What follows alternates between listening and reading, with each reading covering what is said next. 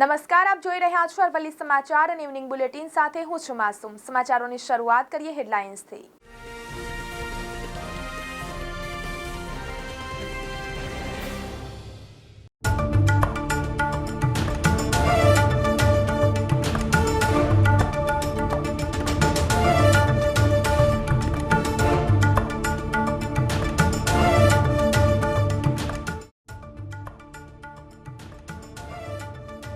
રાજકોટ લોકસભા ભાજપ ઉમેદવાર રૂપાલાનો વિરોધ યથાવત। મેઘરજ ખાતે રાજપૂત સમાજ દ્વારા રૂપાલાના વિરોધમાં રેલી યોજાઈ।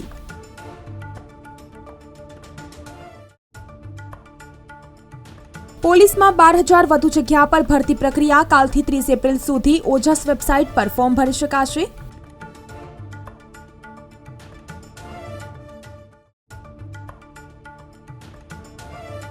વાદળો છવાતા પારો 1.6 ડિગ્રી ઘટીને 35 ડિગ્રી થયો। ગરમીથી આંશિક રાહત મળી।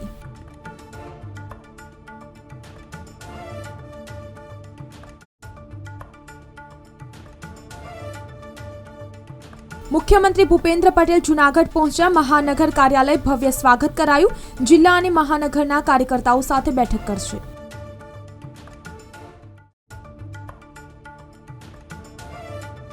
ગરમીમાં પશુ પક્ષીઓ માટે વ્યવસ્થા। રાજકોટ પ્રદ્યુમન પાર્કમાં સિંહ, વાઘ, દીપડા માટે પાંજરામાં તળાવ, ઠંડક માટે ઝૂમાં ફુવારા સિસ્ટમ મુકાઈ।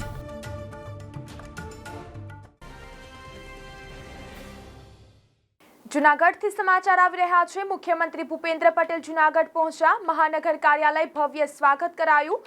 તો જિલ્લા અને મહાનગરના કાર્યકર્તાઓ સાથે કરશે બેઠક। તો 2 તબક્કામાં બેઠકનું આયોજન કરવામાં આવ્યું છે। જિલ્લા અને મહાનગરના કાર્યકરોને આપશે માર્ગદર્શન। તો ચૂંટણીને લઈને આપશે માર્ગદર્શન। તો મુખ્યમંત્રી ભૂપેન્દ્ર પટેલ જૂનાગઢ પહોંચ્યા। મહાનગર કાર્યાલય ભવ્ય સ્વાગત કરાયું। તો જિલ્લા અને મહાનગરના કાર્યકર્તાઓ સાથે કરશે બેઠક। 2 તબક્કામાં બેઠકનું આયોજન કરવામાં આવ્યું છે। આ વર્ષે ભાવનગર જિલ્લામાં શિયાળુ પાકની જેમ ઉનાળુ પાકના વાવેતરમાં પણ આરંભથી જ ઝડપ જોવા મળી રહી છે। છેલ્લા 3 વર્ષથી એપ્રિલના આરંભના સપ્તાહમાં ભાવનગર જિલ્લામાં કુલ વાવેતર 50,000 થી 53,000 હેક્ટરમાં થાય છે। આ સપ્તાહે જિલ્લામાં કુલ વાવેતર 51,300 હેક્ટર થઈ ગયું છે। ખાસ તો રાજ્યમાં ઉનાળુ ડુંગળીનું કુલ વાવેતર 10,800 હેક્ટરમાં થયું છે। રાજકોટ મનપા સંચાલિત પ્રદ્યુમન પાર્ક ઝૂ ખાતે વિવિધ સિઝનમાં પશુ પક્ષી અને પ્રાણીઓની દેખરેખ માટેની ખાસ વ્યવસ્થા કરવામાં આવે છે। હાલ ઉનાળાની ગરમી શરૂ થતાં પશુ પક્ષીઓને ઠંડુ વાતાવરણ મળી રહે તે માટે અનોખી વ્યવસ્થા ઊભી કરવામાં આવી છે।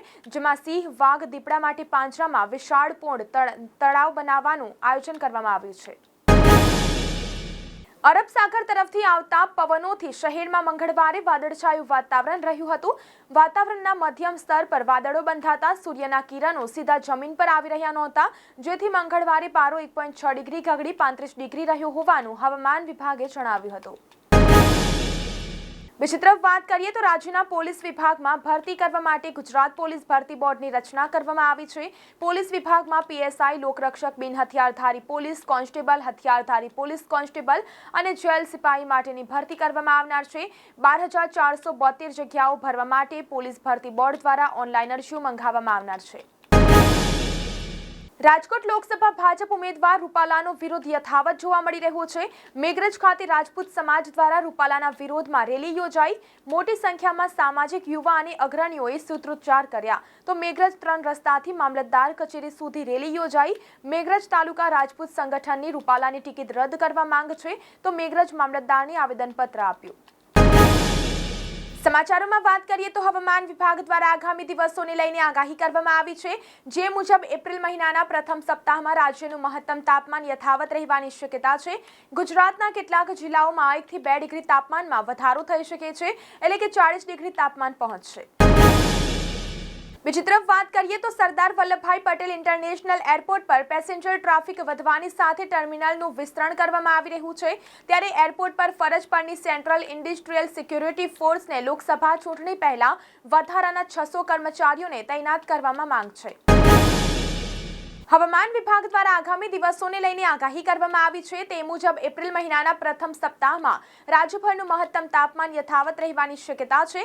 ગુજરાતના કેટલાક જિલ્લાઓમાં 1 થી 2 ડિગ્રી તાપમાનમાં વધારો થઈ શકે છે, એટલે કે 40 ડિગ્રીએ તાપમાન પહોંચશે, પરંતુ વેસ્ટર્ન ડિસ્ટર્બન્સને કારણે ગરમીનો અનુભવ ઓછા પ્રમાણમાં થશે।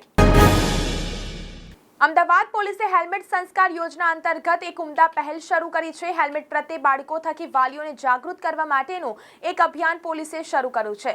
આ પ્રોજેક્ટ અંતર્ગત પોલીસે 7,000 બાળકોને હેલ્મેટનું વિતરણ કર્યું હતું. વાલીઓમાં પણ હેલ્મેટ પ્રત્યે જાગૃતિ લાવવાનો પ્રયાસ કર્યો હતો. સામાન્ય રીતે અકસ્માત સમયે હેલ્મેટ અનેક લોકો માટે દેવદૂત સમાન સાબિત થાય છે. પીએસઆઈ તથા લોકરક્ષક ભરતીની પરીક્ષાને લઈ મહત્વપૂર્ણ અપડેટ ધ્યાને આવ્યું છે. હસમુખ પટેલે ટ્વીટ કરી જણાવ્યું છે કે આ પરીક્ષાઓ ઓફલાઈન લેવાશે.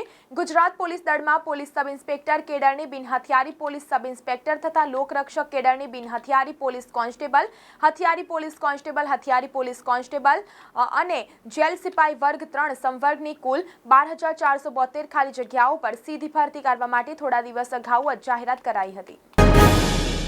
તો ઇવનિંગ બુલેટિનમાં અત્યારે બસ આટલું જ. નમસ્કાર.